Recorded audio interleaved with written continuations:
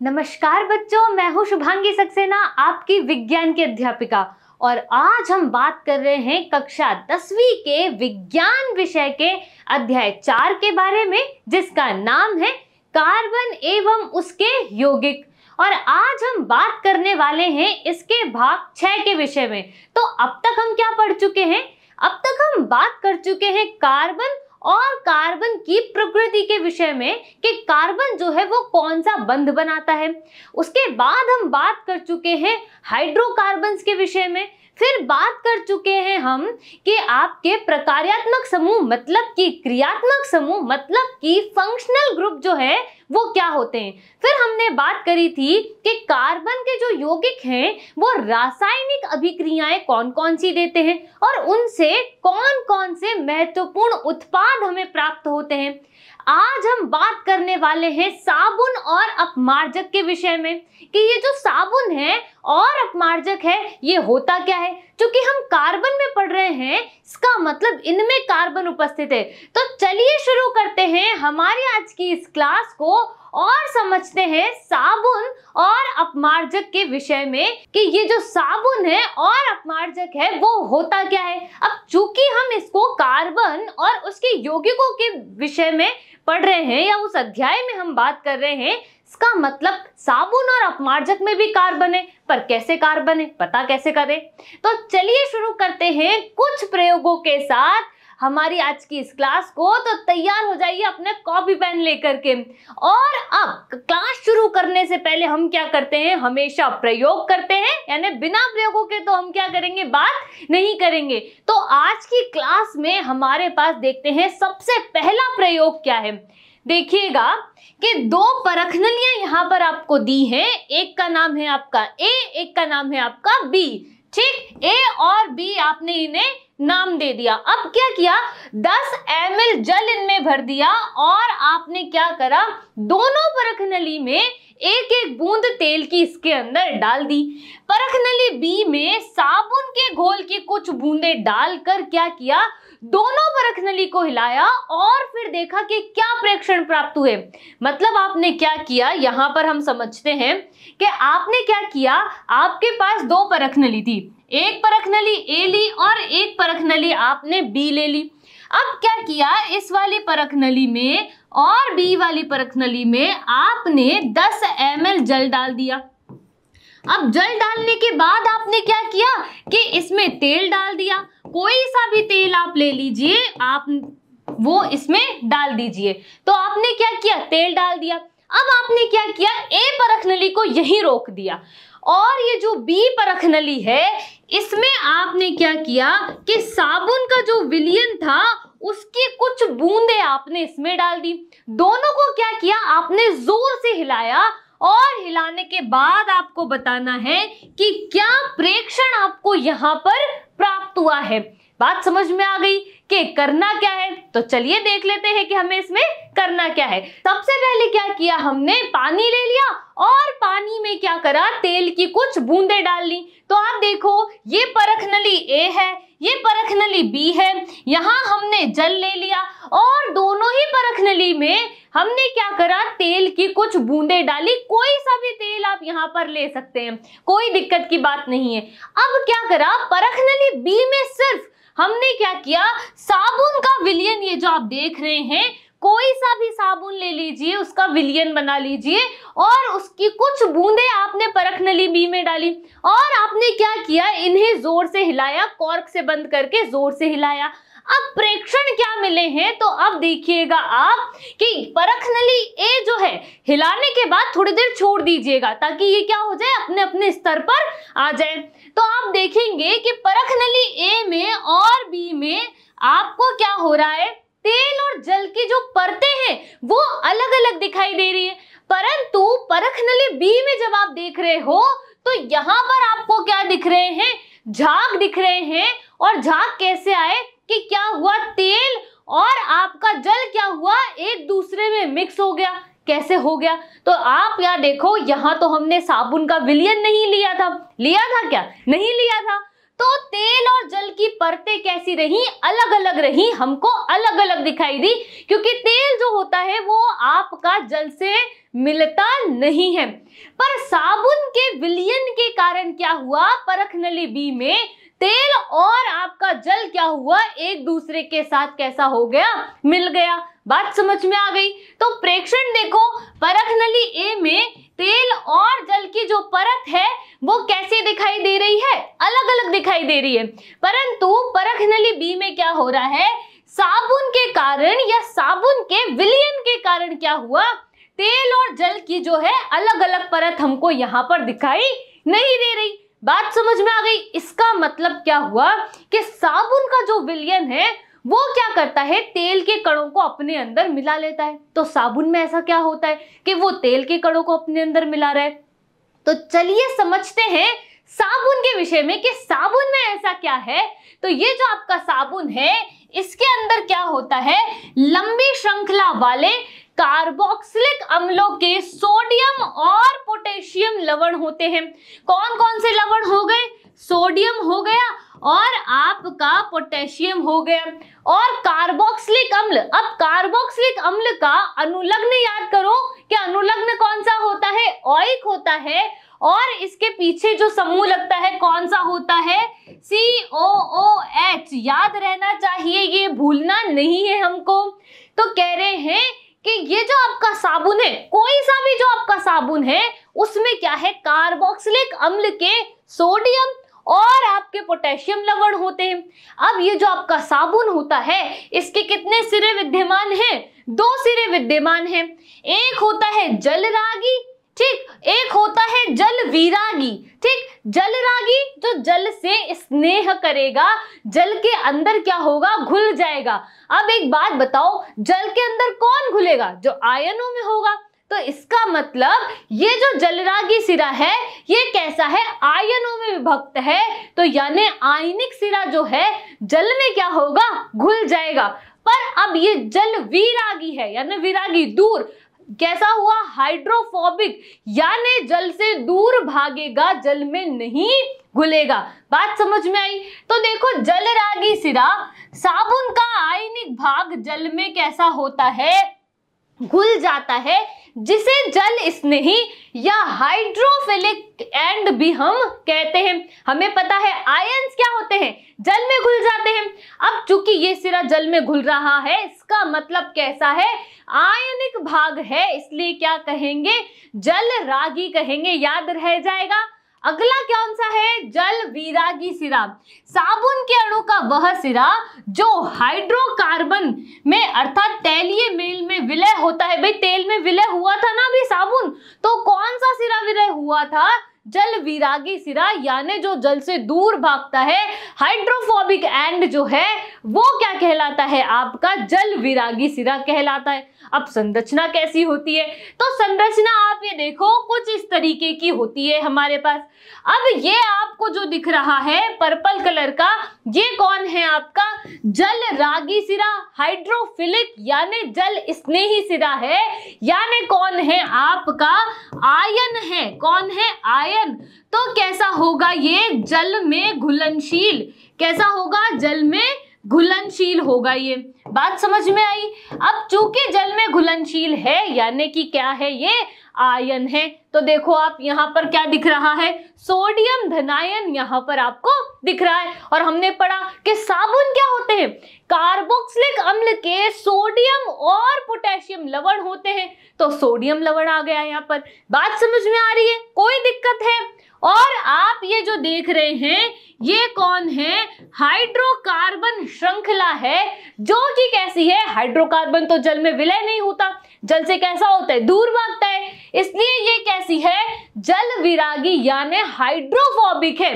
तो बात समझ में आ गई। हो क्या रहा है, कुछ नहीं हो रहा है। क्या हो रहा है भाई, कार्बोक्सिलिक जो अम्ल है उसमें क्या कहा था कि साबुन कार्बोक्सिलिक अम्ल के क्या होते हैं, सोडियम और पोटेशियम लवण।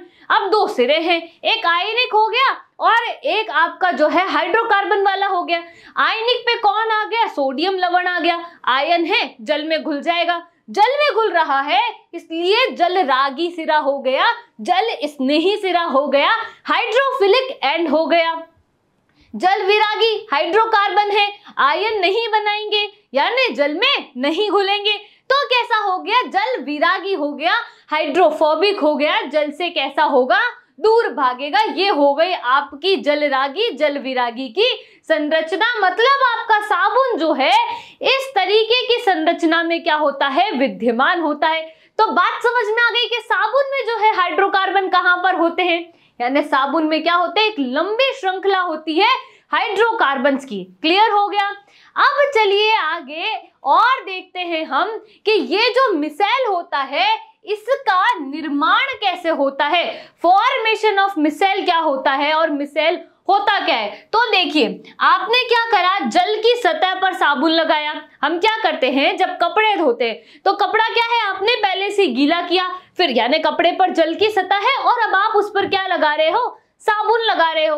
तो क्या होगा, आपको पता है साबुन में कितने सिरे हैं, दो, एक आपका आयनिक है, एक आपका हाइड्रोकार्बन है। तो ये रहा आपका आयनिक सिरा और ये रहा आपका हाइड्रोकार्बन सिरा। अब जो आयनिक है वो क्या होगा, जल में घुल जाएगा, मतलब जल के अंदर वो चला जाएगा। अब जो हाइड्रोकार्बन है वो घुलेगा नहीं, तो कहाँ रहेगा, जल के ऊपर रहेगा, यानी जल के बाहर रहेगा। अब ये दोनों संरचनाएं या ये दोनों आकृतियां मिलकर के क्या करेंगी, एक बड़े गुच्छे का निर्माण कर लेंगी, एक बड़ी आकृति का निर्माण कर लेंगी। अब उस आकृति में क्या हुआ, हमारे पास दो सिरे हैं, एक जलरागी जो जल से स्नेह कर रहा है, एक जल विरागी। तो गुच्छे वाली जो संरचना है उसमें क्या होगा, गुच्छे की जो सतह है उस पर कौन होगा, आपका जलरागी, और जो गुच्छे का आंतरिक हिस्सा है उस पर कौन होगा, जल विरागी। और इस तरीके से मिसेल का निर्माण हो जाएगा। बात समझ में आ गई। अब कहोगे मैम दिखता कैसा है, तो भाई दिखा देते हैं आपको कि ऐसा दिखता है। तो आप देखो ये कौन है, आपका आयनिक सिरा है। कौन सा सिरा है, ये आयनिक सिरा है, यानी कि आपका जलरागी सिरा है। कौन सा है, ये जलरागी सिरा है। बात समझ में आ गई। जलरागी का क्या मतलब हुआ, जल से जो क्या कर रहा है, स्नेह कर रहा है, जो जल में घुल जाएगा। और ये जो आप अंदर देख रहे हो ये वाला सिरा जो बिल्कुल तेल की बूंद के चिपक गया है, ये कौन सा सिरा है, आपका जल विरागी सिरा है। कौन सा है, विरागी। ठीक, अब क्या हुआ, ये दोनों ने मिलकर एक बड़े गुच्छे का निर्माण कर लिया और इस गुच्छे की वजह से क्या हुआ, आयनिक सिरा तो बाहर की तरफ हो गया और जो हाइड्रोकार्बन श्रृंखला थी वो अंदर की तरफ हो गई। क्या बन गया, मिसेल का निर्माण यहां पर हो गया। क्या हो गया, मिसेल का निर्माण यहां पर हो गया। बात समझ में आ गई। चलिए आगे चलते हैं और आप देखते हैं मैल हटाने में साबुन का प्रभाव, यानी कि अब आप जो कपड़े धो रहे हैं उस पे से मैल कैसे हटाया जाता है, यानी उस पे जो आपके कपड़ों पे गंदगी लग जाती है वो गंदगी साफ कैसे होती है। ठीक, तो भाई देखिएगा मिसेल के रूप में साबुन स्वच्छ करने में सक्षम होता है, क्योंकि क्या होगा कि ये जो तेलीय पदार्थ है या ये जो गंदगी है ये क्या होगी, केंद्र में एकत्रित हो जाएगी। कहां हो जाएगी, केंद्र में। और केंद्र में कौन है, हाइड्रोकार्बन श्रृंखला है। कौन है केंद्र में, हाइड्रोकार्बन। ये देखो केंद्र में कौन है आपके पास, हाइड्रोकार्बन श्रृंखला। ये जो इस तरीके की आपको संरचना दिख रही है ये कौन है, हाइड्रोकार्बन श्रृंखला है। क्लियर हो गया, क्योंकि तेलीय मैल मिसेल के केंद्र में क्या होते हैं, एकत्र हो जाते हैं। तो आप ही देखो ये जो तेल है ये कहाँ एकत्रित हो गया, मिसेल के केंद्र में एकत्रित हो गया। मिसेल विलयन में कोलाइड के रूप में बने रहते हैं। आयन आयन विकर्षण के कारण वे अवक्षेपित नहीं होते। आयन एक दूसरे को क्या कर रहे हैं, विकर्षित कर रहे हैं, तो ये इनका अवक्षेप नहीं बनेगा। ये क्या होंगे भाई, कोलाइड के रूप में विद्यमान रहेंगे। इस प्रकार मिसेल में तैरते मैल आसानी से क्या होते हैं, हटाए जा सकते हैं। भाई अवक्षेप नहीं बन रहा तो नीचे नहीं बैठ रहे, तैर रहे हैं, तो तैरते हुए को तो आप क्या करते हो, हटा देते हो, आराम से इसे लगाया और ब्रश से साफ कर दिया। बात समझ में आई। अब देखो साबुन के मिसेल प्रकाश को प्रकीर्णित क्या करते हैं, प्रकीर्णित कर सकते हैं। अतः साबुन का घोल जो है वो बादल जैसा दिखाई देता है। आप जब साबुन का घोल बनाते हो, झाग आते हो, बादल जैसा हो जाता है ना, वो इतने बड़े बड़े झाग बन जाते हैं उसके अंदर। बात समझ में आ गई? मिसाइल कैसे काम करता है समझ में आ गया? मिसाइल की आकृति में क्या होगा? ऊपर आपका आयनिक सिरा होगा, अंदर केंद्र की तरफ क्या होगा? आपका हाइड्रोकार्बन श्रृंखला विद्यमान होगी और क्या होगा? गंदगी भी केंद्र में ही विद्यमान होगी। अब देखना यह है कि ये जो गंदगी है ये बाहर कैसे आती है, तो हम क्या करेंगे इसको समझ लेते हैं। देखो ये आपका क्या है, कोई भी कपड़ा है या कोई भी आपने ले लिया, ठीक, किसी भी प्रकार का कपड़ा आपने यहाँ पर ले लिया। ये जो नीला नीला आपको ज्यादा दिख रहा है ये है आपकी चिकनाई, तेल, गंदगी, मैल, ठीक। अब क्या करा आपने? पानी से इसे गीला किया और इस पर साबुन लगाया। तो ये जो छोटी छोटी संरचना आपको दिख रही है, इस संरचना में क्या है? साबुन है, क्योंकि साबुन डाला ना आपने। अब इस साबुन में याद करो कि दो चीजें थी, एक आपकी जल रागी, एक आपकी जल विरागी। जल रागी यानी आयनिक, जल में घुल जाएगी। जल विरागी यानी आपकी हाइड्रोकार्बन श्रृंखला जो जल में नहीं घुलेगी। अब क्या होगा? मिसाइल का निर्माण होगा और ये जो आपकी जल रागी है ये कहाँ चली जाएगी? ऊपर की तरफ चली जाएगी। और आपकी जल विरागी कहाँ होगी? मैल के पास, गंदगी के पास आकर के केंद्र में एकत्रित हो जाएगी। तो आप ये देखो ये जो कण है ये क्या कर रहे हैं? गंदगी पर आक्रमण कर रहे हैं। और क्या होगा? गंदगी को इस तरीके से इकट्ठा करके धीरे धीरे उसे यहाँ से हटा लेंगे।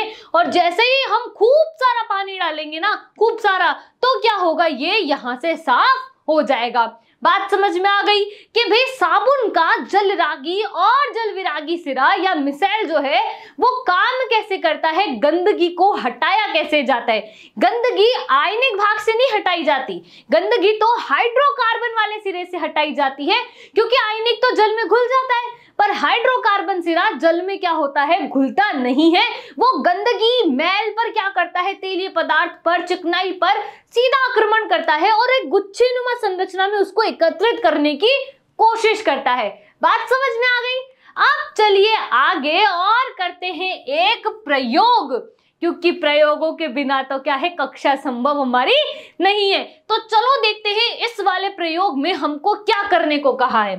दो परख नलियां ले लो, फिर से क्या करनी है? दो परख नलियां ले लो, नाम दो ए और बी, ठीक। अब इनमें क्या करना है? परख नली ए में 10 ml आसूत जल डालना है आपको, या फिर अगर नहीं मिले तो वर्षा का जल भी आप ले सकते हैं। परख नली बी में कठोर जल आपको लेना है और क्या करना है? साबुन के विलयन की कुछ बूंदें डालनी है। इस बार क्या करनी है? दोनों में डालनी है और फिर जोर से उनको हिलाना है। हिलाने के बाद कुछ देर तक उनको छोड़ देना है और फिर देखना है कि आपको क्या प्रेक्षण प्राप्त होते हैं। यानी क्या किया हमने? दो परख नली ले ली, एक का नाम ए रख दिया, एक का नाम बी रख दिया। अब दोनों में क्या करा? 10 ml जल डाला, लेकिन कौन सा जल डाल दिया आपने? एक में तो आपने डाला है आसुत जल और एक में आपने डाला है कठोर जल। क्या डाला है आपने? कठोर जल। आसुत जल मिल जाए या वर्षा का जल आपको यहां मिल जाए। अब क्या करना है? इन दोनों के अंदर, परख नली ए के अंदर भी और परख नली बी के अंदर भी, आपने क्या करना है? साबुन का विलयन आपको डालना है और आप जो है वो कोई सा भी साबुन यहाँ पर ले सकते हो, उसमें कोई आपत्ति हमको नहीं है। आपका जो मन आए वो साबुन आप ले लो। परख नली को जोर से हिलाओ और हिलाने के बाद कुछ देर तक उसको छोड़ दो और फिर बताओ कि आपको क्या दिखाई देता है। तो दिखाएं जरा कि क्या दिखता है। ये रहा हमारा प्रयोग। परख नली ए में है आसुत जल, परख नली बी में है आपका कठोर जल। अब क्या करा? दोनों में हमने साबुन का विलयन डाल दिया और जोर से हिलाया कॉर्क लगा के, या परख नली को ऐसे भी बंद कर सकते हो, आपके अंगूठे से बंद हो जाएगी, और जोर से हिला के उसको कुछ देर के लिए आराम से छोड़ दीजिए। छोड़ने के बाद बताना है कि क्या प्रेक्षण मिला है। तो आप देखेंगे परख नली ए में आपको झाग मिले हैं और बहुत बढ़िया झाग दिखाई दे रहे हैं यहाँ पर, लेकिन परख नली बी में क्या हुआ कि आपको अवक्षेप मिला है और थोड़ी मात्रा में जल दिख रहा है, यानी कि बहुत कम झाग आपको यहाँ दिख रहे हैं। पर ऐसा क्यों हुआ? परख नली ए में कौन था आपके पास? आसुत जल या फिर कौन था? वर्षा का जल। ठीक। और परखनली बी में क्या हुआ, कौन था आपके पास, कठोर जल विद्यमान था। इसका मतलब ये जो आपका साबुन है इसने कठोर जल के साथ काम नहीं किया। क्या नहीं किया, इसने काम नहीं किया, लेकिन आसुत जल के साथ अच्छा काम किया। तो ये जो आपको अवक्षेप दिख रहा है ये दही जैसा सफेद अवक्षेप होता है या अघुलनशील पदार्थ है। अवक्षेप है इसका मतलब अघुलनशील पदार्थ है और इसे क्या कहते हैं, हम स्कम कहते हैं। क्या कहते हैं इसको, स्कम हम कहते हैं। क्लियर हो गया, ये क्या है, अघुलनशील पदार्थ है। तो प्रेक्षण क्या कह रहे हैं कि परख नली ए में तो झाग हमको दिख ही रहे थे कि खूब मात्रा में झाग बन रहे हैं, क्योंकि वहां कौन है, आसुत जल या वर्षा का जल विद्यमान है।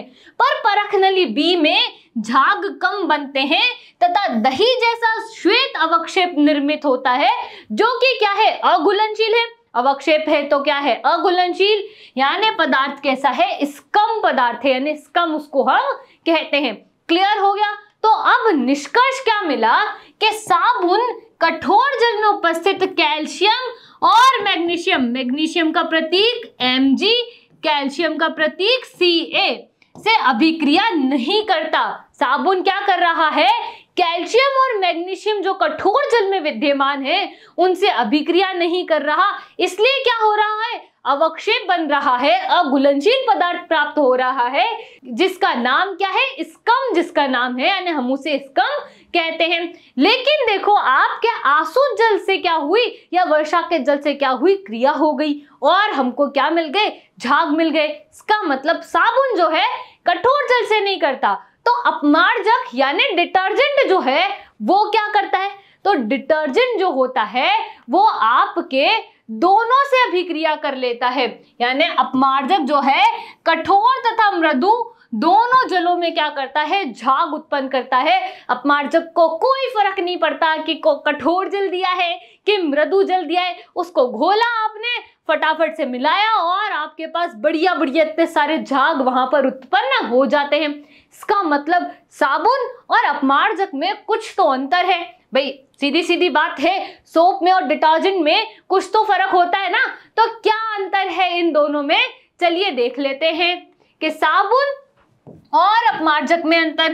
कठोर जल के साथ झाग नहीं बनाता, कौन नहीं बनाता, साबुन, अभी हमने प्रयोग करके देखा है। लेकिन अपमार्जक क्या होता है, कठोर जल दे दो, मृदु दे दो, उसको कोई मतलब नहीं है, वो अपना काम कर देगा, वो अपना झाग बना करके जाएगा। जो साबुन है कठोर जल में उपस्थित कैल्शियम मैग्नीशियम जो पदार्थ है इनसे ये अभिक्रिया या ये क्रिया नहीं करता, और क्या होता है, हमको दही जैसा अवक्षेप मिलता है जो कि अघुलनशील होता है, जिसे हम स्कम कहते हैं। पर ये जो हमारा अपमार्जक है इसमें ऐसा कुछ नहीं है, ये सबसे अभिक्रिया कर लेता है। ठीक, ये लंबी कार्बोक्सिलिक अम्ल श्रृंखला के अमोनियम व सल्फोनेट लवण होते हैं, जिनका आवेशित सिरा कठोर जल में उपस्थित कैल्शियम और मैग्नीशियम आयनों के साथ अविलय पदार्थ जो है नहीं बनाते। अविलय नहीं बना रहे क्योंकि विलय हो रहे हैं। अविलय का मतलब अघुलनशील, मतलब अवक्षेप, मतलब क्या, स्कम। ठीक, तो ये अविलय नहीं बना रहे हैं, ये क्या हो रहे हैं, उसमें मिल रहे हैं। क्लियर हो गया। तो फिर इस वीडियो से आज हमने क्या सीख लिया, इस वीडियो से हमने सीख लिया साबुन और अपमार्जक की प्रकृति के विषय में। तो दोहरा लेते हैं, क्या सीखा।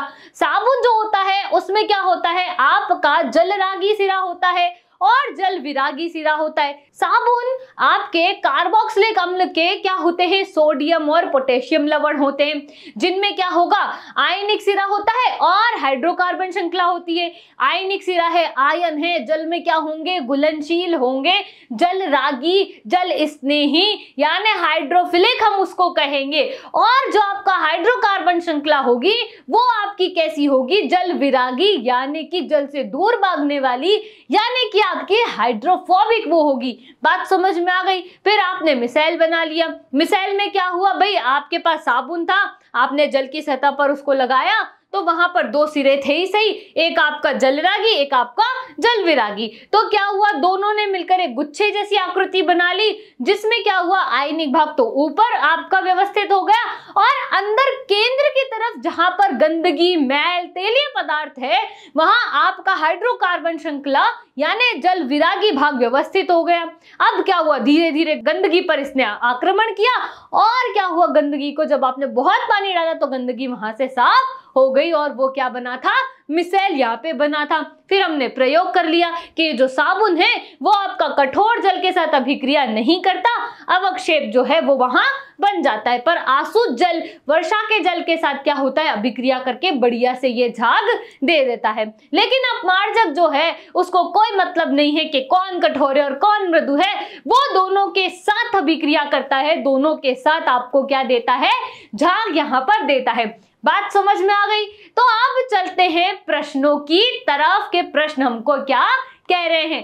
पहला प्रश्न देखो, साबुन के अणु के सिरे होते हैं, कितने होते हैं, एक होते हैं, दो होते हैं, तीन होते हैं, चार होते हैं, तो दो होते हैं। कौन कौन से होते हैं, एक आपका होता है जलरागी और एक आपका होता है जल विरागी यानी कि हाइड्रोफोबिक। अभी इतनी देर से हम यही तो समझ रहे हैं, जलरागी मतलब आयनिक जो जल में घुल जाएगा, हाइड्रोफिलिक जल इसने ही, जल विरागी मतलब हाइड्रोकार्बन श्रृंखला है, जल में नहीं घुलेगी यानी हाइड्रोफोबिक है।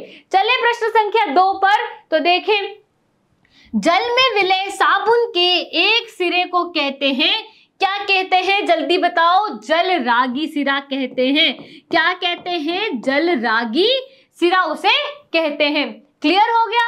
प्रश्न संख्या 3, अपमार्जक मृदु तथा कठोर दोनों जल में झाग उत्पन्न करते हैं। बिल्कुल कहते हैं, मुझे कोई लेना देना नहीं है, कोई सा भी जल दे दो, मैं तो झाग आपको दे दूंगा। तो कैसा कथन हो गया है, सत्य कथन ये हो गया है। बात समझ में आ गई। अब हम आपसे मिलेंगे इसके अगले भाग में, तब तक आपको क्या करना है, साबुन और अपमार्जक को अच्छे से पढ़ना है और मिसेल को तो बहुत अच्छे से पढ़ना है, बोर्ड एग्जाम में जरूर यहां से प्रश्न आता है। ठीक, धन्यवाद।